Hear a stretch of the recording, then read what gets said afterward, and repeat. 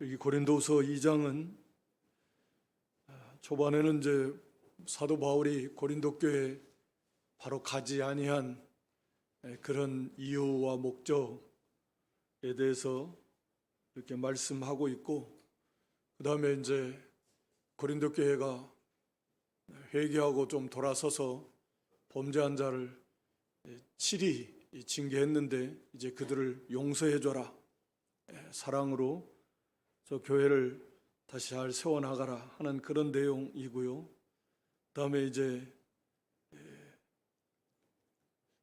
이 그리스도의 향기의 직분을 잘 감당할 수 있는 자는 어떤 자인가? 그러니까 사도의 직분, 또 복음 전도자의 직분은 그리스도의 향기를 나타내는 직분인데, 그것을 어떠한 사람들이 감당할 수 있는가? 뭐 그런 내용 이렇게 되어 있습니다. 여기 1절은 거기 앞에 1장 23절 4절에 이어서 계속 이어지는 말씀이죠. 왜 바울이 고린도 교회에 직접 오지 않고 와가지고 뭐 예를 들어서 바울에 대해서 지금 여러 가지 의혹들이 많은데 그런 거에 대해서 직접 본인이 해명을 한다든지 뭔가 직접 와가지고 해야지 왜 오지 않냐, 뭐 여러 가지 이제 바울을 공격하는 이제 그런 것들에 대해서 왜 계획이 자꾸 변경이 됐냐, 이런 거에 대해서 바울은 앞에서도 말씀했는데, 여기서도 지금 고린도에 직접 지금 가는 것은 이제 유익이 없기 때문이라고 그랬습니다. 고린도 교인들을 사랑해서 아껴서 그들이 회개할 기회를 주어서 회개한 다음에 가겠다, 이제 그런 말씀인데, 여기 1절에 보면 내가 다시 근심으로 너에게 나가지 않기로 스스로 결단했다. 그러니까 이 말씀 속에 다시 근심으로 너에게 나가지 않기로 결단했다는 말은 전에 한번 큰 근심 가운데 한번 갔었다. 그러나 이제 다시는 그런 근심 가운데 너희한테 나가지 않도록 내가 않기로 결심했다, 이런 의미가 함축되어 있잖아요. 그래서 이제 그 두 번째, 이제 고린도 서신 후서에서 뒤에 가서 이제 세 번째 너희에게 나아간다 이렇게 말하고 있는데, 그 두 번째 방문, 성경은 정확하게 기록하고 있지 않지만 앞에서 말씀드린 대로 급하게 이렇게 고린도 교회에 큰 그 상황이 너무 안 좋다, 바울에 대해서 너무 적대적이 됐고 고린도 교회가 자칫하면 이제 무너지게 생겼는데, 그래서 아마 사도 바울이 급하게 에베소에서 고린도 교회를 갔지만 갈 때 그냥 얼마나 큰 그 근심 가운데 갔겠습니까? 고통 속에서 큰 근심과 고통을 가지고서 이렇게 나아갔었는데, 그러나 이제 결과가 좋지 못했다. 정확하게 뭐 어떤 일이 있었는지는 알 수 없지만 아마도 이제 여기 오늘 본문 같은 데 가서 보면 뭐 상당히 그 사도 바울을 대적한 그런 사람이 있었다라는 걸 이제 어느 정도 유추는 할 수 있을 것 같습니다. 하여튼 사도 바울이 더 이상 거기에 있을 수 없어서 다시 이제 돌아온 상태고, 그러면서 이제 이 서신을 쓴 거죠. 그래서 다시 내가 근심으로 너희에게 나아가지 않기로 결단하고, 그래서 거기 2절 3절에 내가 너희를 근심하게 하면, 근심하게 한다라는 것은 가서 바울이 그들의 죄에 대해서 하나님 주신 권위를 가지고 책망을 하게, 또 하나님의 역사가 어떻게 나타날지 모르잖아요. 오늘날하고 달리 사도시대엔 하나님께서 그런 아나니아 삽비라 같은 경우도 있었고, 하나님께서 사도 바울을 통해서 엄하게 책망하고 징계하면 그들이 큰 근심과 슬픔에 잠기게 될 것이다. 그러기 싫다라는 거죠.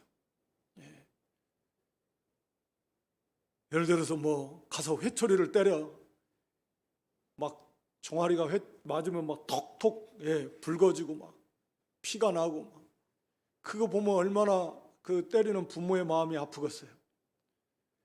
그렇게 되기 전에 잘못했다고 막 다시는 안 그러겠다, 용서하면 그렇게 때리지는 않을 거 아니에요. 그런데 끝까지 이게 잘못했다고도 안 하고 잘못도 모르고 뭐 어떻게 바로 잡으려고 매로 잡아야 되는데, 잡는다는 표현이죠. 매로 때려야 되는데, 예. 그럴 때 그러면 너무너무 아픔, 마치 그와 같다. 고린도 교회가 회개하지 않은 상태에서 바울이 가면 이제는 하나님의 주시는 권위로 교회를 바로 세우려면 그들을 엄하게 책망하고 치리하고 징계해야 되는데, 하나님의 역사가 어떻게 나타날지 모르는데, 그건 전체적으로 교회가 큰 근심과 슬픔에 잠기게 된다라는 거예요. 그러기 싫다 바울은. 그런 거죠. 사랑하니까. 그래서 그들이 회개할 수 있는 기회를 지금 기다리고 있다. 얼마나 기도하겠습니까? 그러면서 편지를 보낸 건데, 그래서 너희를 근심하게 하면 나의 근심하게 한 자밖에 나를 기쁘게 하는 자거든. 바울은 고린도 교회 성도들을 통해서 거기서 기쁨을 얻는데, 성도들이 자기의 기쁨인데, 다시 말하면 성도들이 믿음 안에서 잘 이렇게 세워져 나가는 거 보면 그게 바울의 기쁨이요 멸류관이라 그랬잖아요. 그런데 오히려 그렇게 그들이 큰 근심과 슬픔에 잠기게 되면 너무 마음이 안 좋다. 그래서 그렇게 하지 않겠다, 그 말입니다. 3절에도 그래서 내가 이같이 쓴 것은 내가 갈 때에 마땅히 나를 기쁘게 할 자로부터 성도들, 그 좋은 모습들, 신앙의 바로 선 모습들을 통해서 기쁨을 얻어야 되는 고린도 교인들인데, 근데 회개하지 않고 그냥 죄 가운데 그대로 있다면 놔둘 수 없으니까 오히려 근심을 얻을까 염려해서 바울이 서신을 썼다. 아마 상당히 엄하게 책망하는 그런 서신을 쓴 것 같습니다. 그래서 여기 도리어 근심을 얻을까 염려하기, 또 너희 무리를 대하여 나의 기쁨이 너희 무리의 기쁨인 줄 확신하노라. 그래서 그들이 회개하고 바로 서면 그게 바울의 기쁨일 뿐만 아니라 당연히 성도들에게도 기쁨이 되겠죠, 당연히. 그래서 4절에 내가 큰 환난과 애통한 마음이 있어 많은 눈물로 너희에게 썼다. 그래서 우리가 눈물의 서신, 이렇게 남아있지는 않지만 이런 눈물의 서신을 보낸 것이다 라고 이렇게, 그러면서 이 내용이 우리 그 고린도후서 7장 8절에 가서 보면 바울이 그러므로 내가 편지로 너희를 근심하게 한 것을 후회하였으나 이렇게 말합니다. 그러니까 얼마나 이 많은 눈물, 아마 거기에 막 눈물 자국이 막 뚝뚝뚝뚝 떨어졌을 것 같은데, 그런 큰 환난과 그 애통하는 마음속에서 많은 눈물을 흘리면서 사랑으로 그들을 책망하는, 근데 보내놓고 나니까 그렇잖아요. 내가 너무 좀 심하게 했나? 이래가지고 저들이 또 너무 낙심하면 어떡하지? 막 이런 사실 인간적인 염려가 좀 들어왔다라는 거죠. 너희를 근심하게 한 것을 후회하였으나. 그러나 이제 디도를 통해서 디도가 돌아와가지고 이제 알려준 소식은 회개의 기쁜 소식이란 말이죠. 그래서 오히려 지금은 이제 후회하자, 오히려 감사하는 건데, 그만큼 아마 이렇게 사도 바울이 눈물의 서신을 보낸 것입니다. 큰 환난과 애통하는 마음이 있어서 이 교회 복음 전하는 사역에 있어서 그렇지 않아도 외부로부터 가는 곳마다 환난이 끊이지 않는데 유대인들이 대적하죠. 또 거기에 합세한 많은 이방 종교들, 우상 숭배자들 뭐 다 해서 가는 곳마다 이렇게 환난이 끊이지 않습니다. 그런데 교회의 문제로 이 안으로부터 오는 큰 근심, 이건 교회의 문제 때문에 근심거리가 되는 거예요. 고린도 교회처럼 하나님의 교회가 막 흔들흔들, 터는 흔들릴 일이 없겠지만 교회가 지금 흔들흔들 해가지고 막 한 구덩이는 지금 무너져 내리고 진리에서 떠나고, 진리를 바울의 사도권을 부인하면 바울이 전한 복음의 신적 권위가 훼손이 되니까, 그러니까 심각한 문제란 말이죠.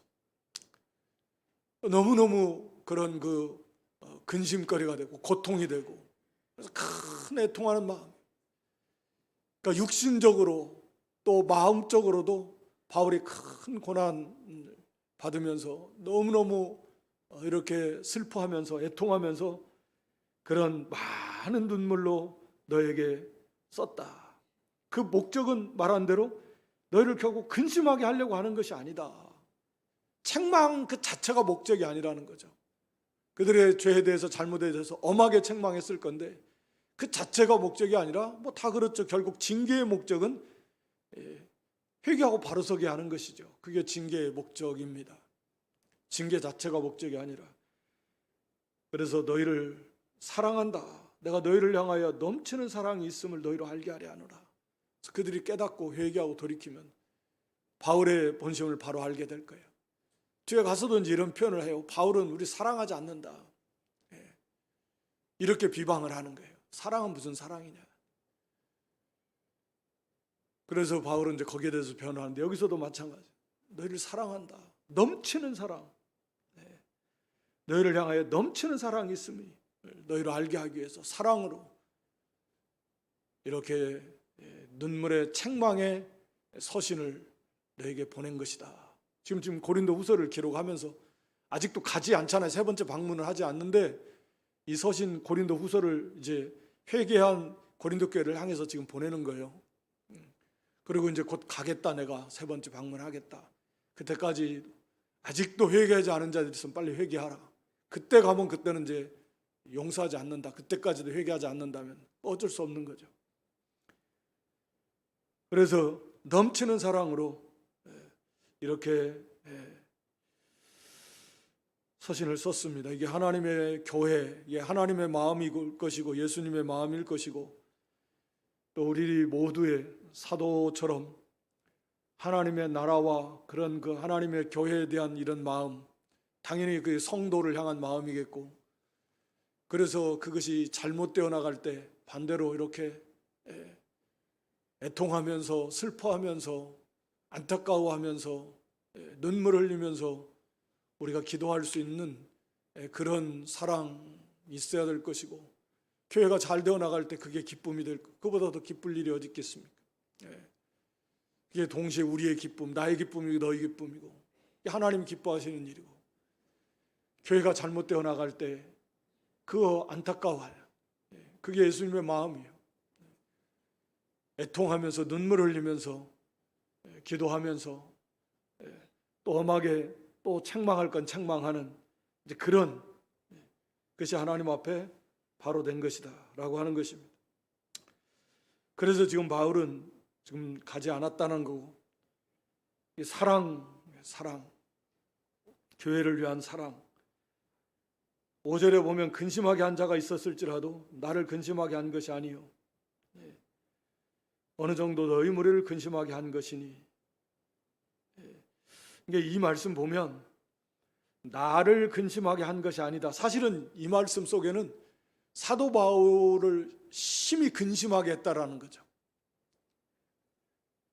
근심하게 한 자, 그러니까 이건 한 사람, 아마 가장 앞섰던 대적했던, 사도 바울을 대적했던 그 우두머리 정도 되는 사람인 것 같은데, 그렇게 근심하게 한 자 있었을지라도 바울은 지금 그것을 나를 근심하게 한 것이 아니,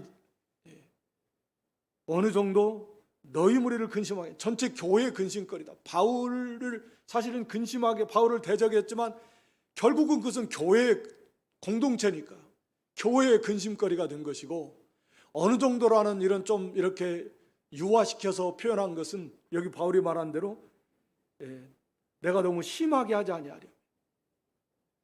사실은 굉장히 심한 아마 대적을 했던 것 같은데, 그래서 근심할 수밖에 없는 그런 상황이었지만 어느 정도다 이렇게 표현해서 그 사람을 배려해 주는 거예요. 어느 정도. 보통 우리는 반대 성향이 있는 거죠. 막 조금만 이 정도만 되면 막 이만큼 부풀려 가지고 내가 이렇게 이런 일을 겪었다, 내가 이런 대접 안 좋은 거든 막 부풀려 가지고 말하려고 하는 성향이 있지만, 바울은 그렇지 않고 어느 정도다. 그리고 그게 결국 뭐 나의 문제가 아니라 거기에 여러 성도들이, 믿음의 성도들까지 다 근심의 교회 공동체의 문제다, 그리고 어느 정도 그런 문제다 라고 이렇게 어느 정도 순화시켜서 말을 하고 있는 것이죠.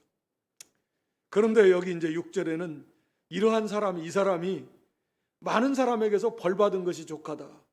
그러니까 앞에서 지금 눈물의 서신을 통해서 강하게 책망하고 그 범죄한 자에 대해서, 고린도전서에서도 마찬가지 뭐 음행한 거에 대해서 그 책벌하지 않은 것을 책망했는데 아마도 마찬가지 그렇게 강하게 책망을 했던 것이고, 그리고 성도들이 하나님의 놀라운 은혜로 정신을 차리고 회개하고, 그리고 나서 이 사람은 아마 책망한 것, 권징, 치리한 것 같습니다.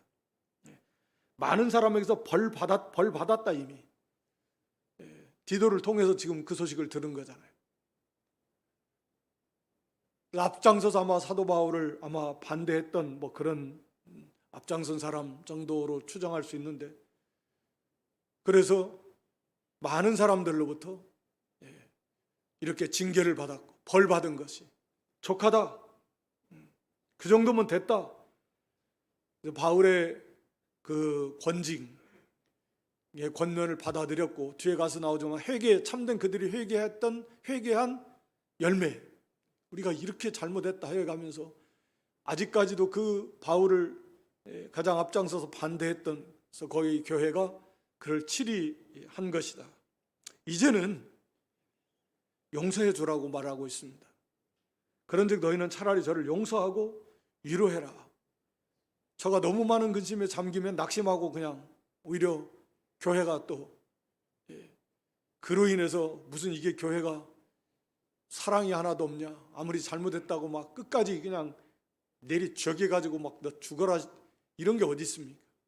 사랑으로 그 영혼을 어찌하든지 바로 세우기 위해서 회개하면 바로 용서해줘. 사랑으로 용서해주고 위로해주고, 그래서 어찌하든지 그 영혼이 바로 서고 교회가 화합을 이뤄서 함께 세워져 나가는 것이 중요한 문제다라고 하는 것이죠. 그래서 이 책망도 그러니까 합당하게, 과도하게, 지나치게, 또 회개했는데도 용서도 안 해줘. 잘못했다고 했는데도 용서 안 해줘. 그것은 오히려 사실은 거의 비슷하게 잘못하는 거죠.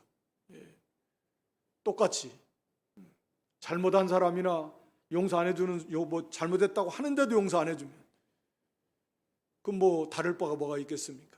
우리 주님께서도 70번씩 7번이라도 용서해 주라 그랬나요? 7번씩 70번이라고 용서해 주라 그랬나요? 하여튼 70번씩 7번이라도, 그러니까 그건 와서 내가 잘못했다 하면 용서해 주라는 거죠. 그러니까 성경은 범죄하고 내가 회개하노라 하면 용서해 주라고 일관되게 말씀하고 있어요. 그러니까 잘못했다라고 하면 용서해 주라는 거죠. 그래야 이제 그 사람이 사실은 깨닫는 건데, 죄를 짓고 자기가 죄를 지었다, 내가 잘못했다라는 걸 깨달아서 회개하고 또 잘못했다고 했을 때는 그게 얼마든지 하루에 7번 아니라 70번씩 7번이라도 그때는 용서해줘라 라고 하는 것입니다. 그게 사랑의 세계고요. 그래서 여기 그러므로 너희를 권하노니 사랑을 저희에게 나타내라. 9절에 보면 너희가 범사에 순종하는지 그 증거를 알고자 하여 내가 이것을 너희에게 썼노라. 범사에 순종하는지 그 증거를 알고자 해서, 지금 이제 고린도 교회가 회개하고, 전에는 지금 사도 바울 미혹돼 가지고 사도 바울을 막 반대하는 사람들이 막 일어나고 거기에 합류하고, 그래서 바울이 사도가 아니다 라는 둥 그리고 말을 들었겠어요? 당연히 안 들었겠죠.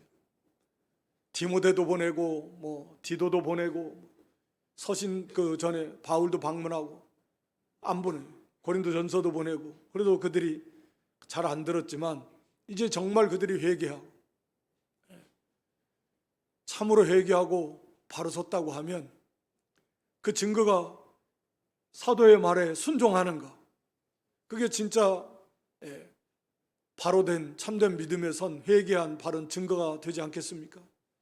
사도의 말은 곧 그게 하나님의 사도, 그리스도의 사도인데 그게 하나님께, 하나님의 말씀에 순종하는 거니까 믿음이 바로 서는 것이죠. 그래서 너희가 범사에 순종하는지, 이걸 순종하면 범사에 다른 일에도 순종할 하나의 증거가 된다. 회개하고 바로 선 증거가 된다. 내가 이것을 너에게 썼노라. 그리고 너희가 무슨 일이든지 네게 용서하면 나도 그리하고, 내가 만일 용서한 일이 있으면 용서한 그것은 너희를 위하여 그리스도 앞에서 한 것이고, 우리가 다 연합되어 있으니까 성도들이 용서하면 바울도 바울에 대해서 뭐 그랬다고 해도 바울도 다 그들을 용서한다. 또 내가 용서하는 것은 너희를, 교회를 위하는 것이고, 또 하나님 그리스도 앞에서 하나님 앞에 인정받는, 하나님이 인정하시는 하나님의 뜻 안에서 이루어지는 것이다 라고 하는 거죠. 땅에서도 매이면 하늘에서도 매이고, 땅에서도 풀면 하늘에서도 풀고, 다시 말하면 그게 합당하게 하나님의 말씀에 맞게 책벌하고 해벌할 때는 하나님께서도 거기에 인정해 주신다. 이게 중요한 문제입니다. 하나님께서 그것을 인정해 주시겠다. 그러니까 교회가 하나님의 주신 권위를 가지고 하나님의 말씀에 맞게 합당하게 사랑으로 징계했을 때는 하나님께서도 그것을 인정해 준다. 또 회개한 그 증거를 보고 용서해 줄 때는 하나님께서도 또 풀어주신다. 하나님께서도 용서해 주신다 라고 하는 것입니다. 그래서 11절에는 이는 우리로 사단에 속지 않게 하려면, 사단의 괴계를 우리가 바로 알아야 돼. 좌우로나 우로나 치우치면 그래요. 잘못했는데 잘못했지만, 그래서 적당한 징계는 필요하는데 그게 과하면 안 된다. 회개했는데도 용서 안 해주면 안 된다. 그러면 그 사람은 어떻게 되겠어요? 오히려 더 삐뚤게 나오고, 이 정도면 자기가 볼 때는 내가 잘못했어, 이 정도면 용서해 줘야 되니, 이게 뭐 교회가 사랑 말로는 해놓고는 이런 것도 용서도 안 해주고, 그러면서 오히려 더 삐뚤어 나가고 교회를 더 대적할 수 있고 비방할 수 있고 비방거리가 돼. 교회가 더 손해가 나게 된다. 또 반대로 잘못했는데도 책망을 안 하고 책벌 안 하고 나가면 결국은 뭐 그래도 괜찮은가, 그래가지고 또 삐뚤어 나가. 기쁨은 기쁠 때 잘 이렇게 부추겨가지고 교만해가지고 믿음에서 떠나게 하고, 어려운 일 당하면 또 그걸 또 확 낙심시켜가지고 또 믿음에서 떠나게 하고, 사탄은 하여튼 할 수만 있으면 믿음에서 떠나게 하려고 하는 게 사탄이에요. 그러니까 너무나 양극단으로 치우치면 안 돼. 언제나 말씀에 입각해서 사랑이 바탕이 돼가지고 합당하게 이렇게 징계도 합당해야 되고, 또 용서해주고 사랑으로 위로해주고 함께 세워져 나가야지. 이게 문제예요. 한국교회는 지금도 책벌이 없는 게, 권징이 없는 게 문제인 거죠, 사실은. 치리하지 못하는. 치리하면 다 가버릴 것 같으니까 교회가 여기만 있나? 간다. 이게 지금 문제예요. 그러니까 이제 교회는 더 어지러워지게 되는 거겠죠. 여기 12절에 보면 내가 그리스도의 복음을 위하여 들어와야 이르매 주 안에서 문이 내게 열렸으므로 내가 내 형제 디도를 만나지 못하므로 내 심령이 편치 못하여 저희를 작별하고 마게도냐로 갔느라. 그러니까 지금 디도 편에 이 서신을 보내서 지금 고린도 교회로 보냈습니다. 상황이 지금 심각하니까 눈물의 서신을 아마 보낸 것 같습니다. 그래서 전해주고 지금 고린도 교회 형편을 지금 디도가 와서 그 점 어떻게 됐나, 받고 좀 회개했나, 아니면 여전히 지금 잘못 나가나, 지금 이것은 알고 싶은데 그걸 아마 드로아에서 만나기로 했던 것 같습니다. 그래서 에베소에 있다가 드로아로 갔는데 거기에 하나님이 드로아에서 디도를 만나고자 하는 목적도 있었지만 언제나 복음을 전하고자 하는 목적도 있으니까, 그 사역, 그 삶의 목표니까. 그러니까 문을 열어줬어요. 하나님께서 주 안에서 문이 내게 열렸어요. 효과적으로 복음을 전할 수 있는 그런 환경이 조성이 되고, 아마 반대자들이 어디든 가든 많았는데 문이 열려서 이렇게 복음을 전하면 좋을 것 같은 그런 엄청난 그런 기회가 주어졌음에도 불구하고 디도를 거기서 만나야 되는데 못 만난 거예요. 디도가 안 온 거예요. 그러니까 이 디도가 더 상황이 악화됐나. 그러니까 아무리 성령에 충만한 사도 바울이라도 하나님이 무슨 신비하게 다 알려주고 그런 거 아닙니다. 예. 기도 깊이 해가지고 하나님 됐나요? 안 됐나요? 이런 거 아닌 거죠. 예. 그래서 디도를 통해서 알아봐야 되는데 디도가 아직 안 오는 거 보니까 이게 또 뭐가 문제가 지금 더 악화가 돼가지고 안 오나. 그러니까 막 너무 걱정이 되는 거예요. 예. 지금 복음의 이 문이 열렸는데도 마음이 너무너무 지금 심령이 편치 못하면 너무 고통스럽고, 이게 지금 어떻게 되냐. 디도를 만나야 되고, 이 고린도 교회 지금 상황을 알아야 되겠는데, 복음을 전하는 것도 중요한데 이미 세운 교회가 지금, 이게 지금 주님의 피로 값주고 사신 교회가 흔들흔들하고 있는데 이게 얼마나 이게 지금 심각하고 큰 문제인가. 그래서 작별을 고하고 지금 마게도냐로 좀 더 이 고린도에 가까운, 드로아에서 고린도 쪽으로 더 치우친 마게도냐가 바로 고린도 윗지역이 마게도냐 아닙니까? 그쪽으로 간 거예요. 디도를 향해서 가는 거예요. 디도가 그쪽으로 드로아로 올라오면 마게도냐를 지나서 와야 되니까. 그러니까 그리 마주 나아가서 좀이라도 더 빨리 디도를 만나려고. 그러니까 얼마나 지금 고린도 교회를 향한 사도 바울의 마음이, 그 상태가 어떤지를 알 수 있는 거죠. 복음의 전도의 문이 열렸는데도 바울은 그거 놔두고 지금, 그리고 디도를 만나기 위해서 마게도냐로 막 나아가는 거예요. 이제 여기서는 여기까지 말을 하고 7장에 가서 보면 거기서 또 이제 그 내용이 다시 7장 5절부터인가요? 다시 이제 이어서 말을 합니다. 거기 5절에 가면 우리가 마게도냐에 이르렀을 때도 우리 육체가 편치 못하고 사방으로 환난을 당하며 밖으로 다툼이 안 오는 두려움이나, 그러나 거기서 비천한 자를 위로하시는 하나님이 디도를 오므로 그 디도를 만나고 디도가 가지고 온 그 고린도 교회의 그 기쁜 소식, 그들이 회개하고 바로 섰다는 그 정말 그 놀라운 위로의 소식, 그걸 가지고 거기서 바울이 큰 게 위로를 받고 감사와 기쁨이 넘치는. 근데 오늘 여기 이제 14절부터는 조금 분위기가 좀 어떻게 반전되는 것 같습니다. 지금 너무너무 마음이, 심령이 편치 못해서 작별해서 지금 마게도냐로 지금 디도를 만나러 갔는데, 그래서 이미 이건 다 알고 있는 거니까 사실은 고린도, 당시 고린도 이제 받을 고린도 성도들도 다 알고 있는 거고.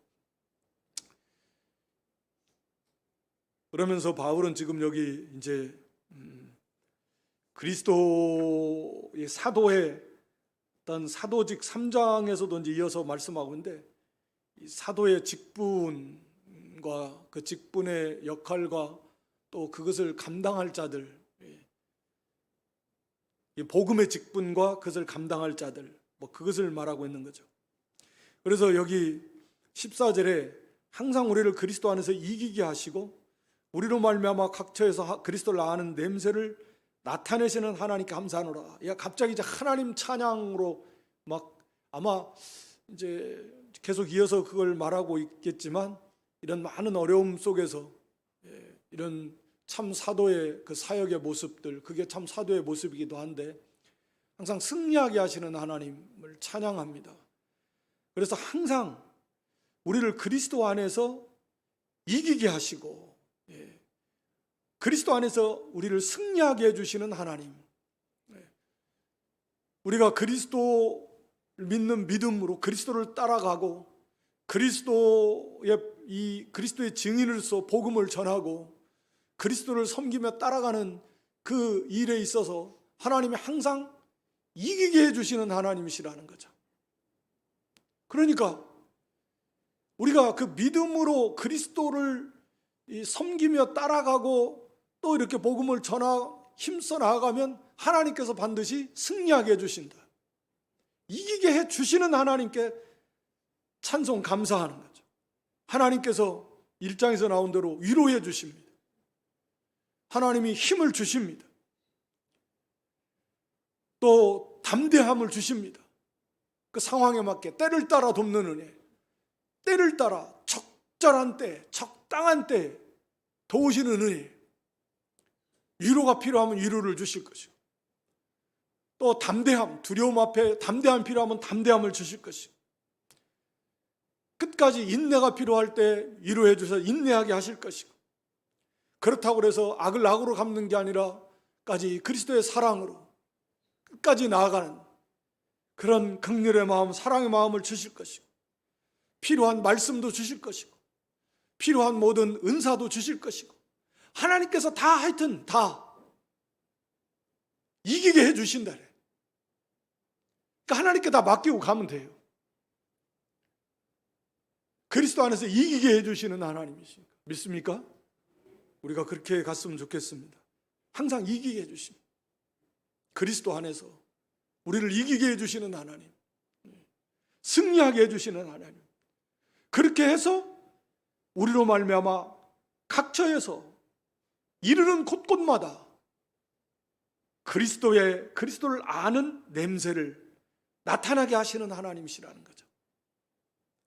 그러니까 이기게 믿음을 쓰게 하고 이기게 하시고 그래서 이르는 곳곳 각처마다 그리스도를 아는 냄새, 그리스도의 향기 나타내게 하신다라는 거죠. 그러니까 이기지 못한다면 어떻게 그리스도의 향기를 나타낼 수 있겠습니까? 타협해버리고 굴복해버린다. 믿음을 지키지 않습니다. 두려움 앞에 굴복해버려요. 거기 무슨 그리스도의 향기를 나타냅니까? 양심을 안 써요. 많은 교회가 욕도 먹고 하는데 그게 무슨 그리스도의 향기를 나타냅니까? 믿음을 안 쓰는데 세상 사람들이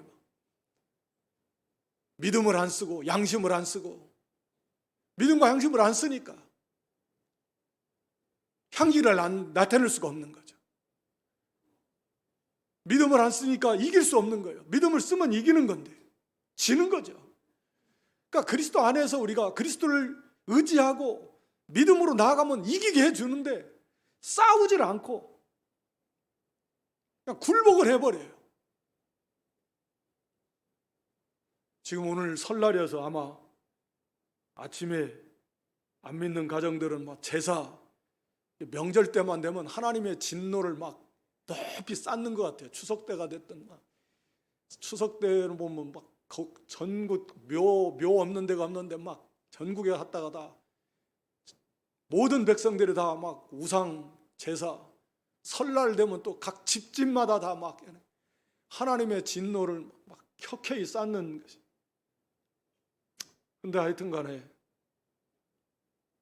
이 믿음을 거기서 지키면 그게 어떤 냄새가 됐든 하나님이 이기게 해주시고 그리스도를 아는 냄새를 알게 그 향기를 나타내게 하는데 믿음을 안 써버린대.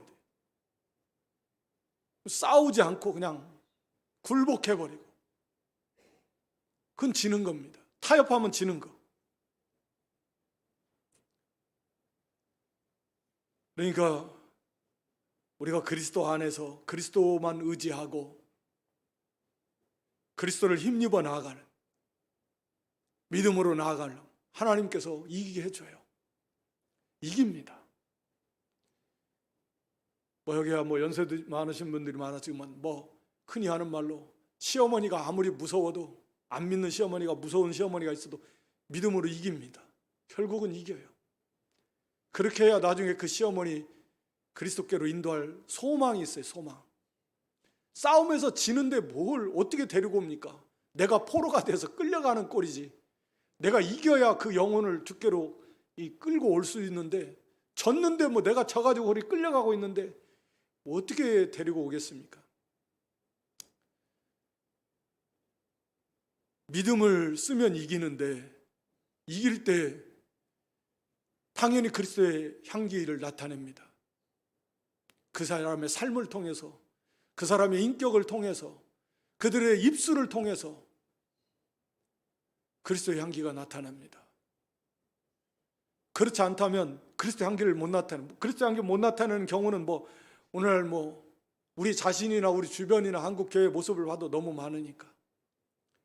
진짜 그리스도의 향기를 나타내는 경우가 그렇게 지금 쉽게 볼 수 있는 경우가 아닌 것 같은 그런 시대인 것 같아서 참 안타깝지만, 우리가 그리스도 안에서 우리를 이기게 하십니다. 이겨야 어디에 있든지 간에 믿음을 쓰는 거고 양심을 쓰는 거고, 그 사람의 말과 행실과 또 입술을 통해서 증거되는 그 복음을 통해서 그리스도의 향기가 전파되는 것입니다. 15절에 가서 보면, 우리는 구원 얻는 자들에게나 망하는 자들에게나 하나님 앞에서 그리스도의 향기니. 하나님 앞에서라는 말은 하나님께 그리스도 향기다. 다시 말하면 이건 하나님께 드려지는 이런 의미인데, 그러니까 사람에게도 나타내는 향기지만, 여기 이 향기, 냄새는 우리가 레이기 수요일에 이렇게 보고 있는데, 그 번제, 화재, 불 태워가지고 그 냄새가 올라가잖아요. 그 냄새예요, 냄새. 하나님이 받으시는 향기로운 냄새. 그러니까 이 그리스도의 냄새, 자기를 희생해서 믿음을 지키는 게, 어떤 고난이 오고 환난이 오고 핍박이 오고 어떤 경우를 만나도 거기서 끝까지 고난 당하면서도 인내하면서 믿음을 지키면, 희생하고 섬기면서 믿음을 지키고, 결국 그게 승리하는 거잖아요. 죽음 앞에서도 결국은 승리하는 거잖아요. 죽어도 승리하는 거잖아요. 믿음을 지키게 하는. 그러면서 그리스도의 향기를 나타내는데, 그 자체가 하나님 앞에 올라가는, 하나님이 받으시는 아름다운 향기. 하나님 앞에 바울이 우리가 디모데후서 4장에서도 관제와 같이라고 하면서 자신의 삶을 하나님 앞에 바쳐지는 하는 예배 제사의 삶이라고 이렇게 표현하는 건데, 이제 마지막 때가 마지막 순서인데, 그와 같이 여기 하나님 앞에서 그리스도 향기라는 의미도 하나님께 바쳐지는, 하나님께서 받으시는 아름다운 향기, 하나님 앞에 헌신하는 그런 제사의 삶의 여정의 한 부분이다. 그런 것이죠. 그리고 사람에게는 두 종류겠죠. 구원을 받는 자들에게는 생명의 향기고, 구원받지 못하고 끝까지 거부하는 그런 자들에게는 두렵지만 슬프지만 사망으로 쫓아 사망에 이르는 냄새다 라고 하는 것입니다. 그러니까 우리 자신이 우리를 통해서 그리스도의 냄새가 나아가는 거예요. 명확하게 받는 자는 살아날 것이고 거부하는 자는 영원히 죽게 될 것이다. 우리 성도가 그런 존재인 것입니다. 우리가 그리스도의 향기다. 3장에 가서는 편지다 그랬는데, 우리를 통해서 그리스도를 아는 거요. 누구를 통해서 그리스도를 압니까? 세상 사람들이. 교회와 성도를 통해서 그리스도를 아는 거지. 너희가 그리스도의 냄새 향기인데 누구를 통해서 알아요? 그리스도를 바르게 알 수 있겠는가? 어떻게? 생명의 역사가 나타날 수 있겠는가? 우리가 그런 막중한 사명을 가진 그 교회고 성도다. 그리스도 안에서 이겨야 된다. 이기게 하시는 하나님이시니까 그걸 믿고 하나님만 의지하고 그리스도만 의지하고 그리스도 안에서 믿음으로 나아가면 다 이깁니다. 고난이 없다는 말이 아니에요. 우리가 뭐 너무 잘 아는데. 그러나 그 고난에 삼켜지지 않고 고난 위에서 고난을 내려다보고 고난을 밟고 서게 되는 거죠. 고난이 더 이상 나에게 고통의 문제가 아니에요. 나에게 어떠한 나를 조금이라도 이 사역에 손해를 줄 수 없습니다. 오히려 더 나를 유익하게 하는 거예요. 고난을 뛰어넘는 거죠. 이게 하십니다. 어떤 환난이 와도. 그러니까 믿음으로 그리스도를 의지하고 그리스도를 따라가고 그리스도를 증거하고 나아가면 결국은 다 이기게 해주시고 믿음과 양심을 써나감. 그랬을 때 우리가 그리스도를 증거할 수 있다. 그리스도를 아는 향기를 나타낼 수 있다. 진다면 양보하고 지면 그리스도의 냄새는 못 맡습니다. 참된 믿음 양보하는 사람들을 통해서 그리스도를 알 수 있겠습니까? 그리스도의 역사가 나타나겠습니까? 안 나타나는 거죠. 여기 16절에는 누가 이것을 감당하리요? 누가 이 사명을 감당하겠는가? 이 막중한 사람을 살려내는, 그걸 거부하는 자가 망하는 건 어쩔 수 없지만 그 생명 살려내는 이 막중한 사명을 누가 감당하겠는가? 17절이죠. 우리는 수다한 사람, 많은 사람들이 당시에 하나님의 말씀을 혼잡하게 했다. 여기 혼잡하게라는 단어의 문자적인 의미는 이 장사하는 사람들이 뭐 이렇게 포도주에다 물을 섞어서 진짜에다 가짜를 섞어가지고 양을 늘리는 이 과일 파는 사람들이 겉에다가는 맨 위에다가는 좋은 거 놓고 속에다가는 막 상하고 안 좋고 막 이런 거 놓고 옛날이나 지금이나 다 부패한 인간들이 다 그런 건 아니지만 그것을 나타내는 단어라고 합니다. 그러니까 겉으로는 좋은 과일을 맨 위에다 올려놓고 속에다가는 안 좋은 것들 놓고 속이는 거죠. 이게 한마디로 하나님의 말씀 가지고 이 수단을 삼아서 자기 이익을 보는 탐욕에 물들어가지고 많은 사람들이 여기다 뭐 철학을 섞고 인간의 재미를 섞고 또 뭐 과학을 섞고 사람들이 듣기에 막 재밌고 막 이런 것들 말씀에다 섞고 또 거기에다가 변질시켜가지고 인간의 이성에 호소하는 합리적이처럼 사람의 인간의 어떤 이성에 딱딱 맞아야 되는 하나님 말씀 인간의 그 중생하지 않은 사람이 들어도 그 인간의 이해력을 가지고 고개를 끄덕일 수 있을 만한 그렇게 말씀을 갖다가 변질시키고 사람들이 다 듣기에 좋아할 만한 그렇게 변질시키는 장사꾼들처럼 그런 말입니다. 당시에 많은 사람들이 수다한 사람들 그런 사람들 거짓 사도들 거짓 교사들이 있었다라고 하는 거죠. 그 사람들처럼 하지 않는다라는 거. 이 사명을 감당할 사람들은 그런 자들이 아니래. 지금 고린도 교회도 그런 자들이 돌아가지고 지금 교회를 이렇게 어지럽혔는데 누구냐? 곧 순전함으로 순수함 하나님의 말씀을 변질시키지 않는 그런 순수한 하나님의 말씀을 하나님께 받은 것 같이라는 말은 하나님께 받지 않았는데 마치 받은 것처럼이라는 단어가 아니라 하나님께 받은 자답게 하나님께로부터 그 말씀을 하나님께 받아야 된다는 거죠. 하나님께 말씀을 받아서 그리고 하나님 앞에서 그리고 그리스도 안에서 하나님 앞에서라는 말은 이런 신앙을 가진 사람 사실 모두가 다 하나님 앞에 있는 인생들이지만 그러나 내가 하나님을 의식하고 하나님을 믿는 믿음 하나님 앞에 내가 있습니다 라고 하는 그런 그 의식 코람데오 어디 가니까 크게 써붙여놨던데 하나님 앞에서 그런 신앙을 가진 사람, 내가 하나님 앞에 있습니다.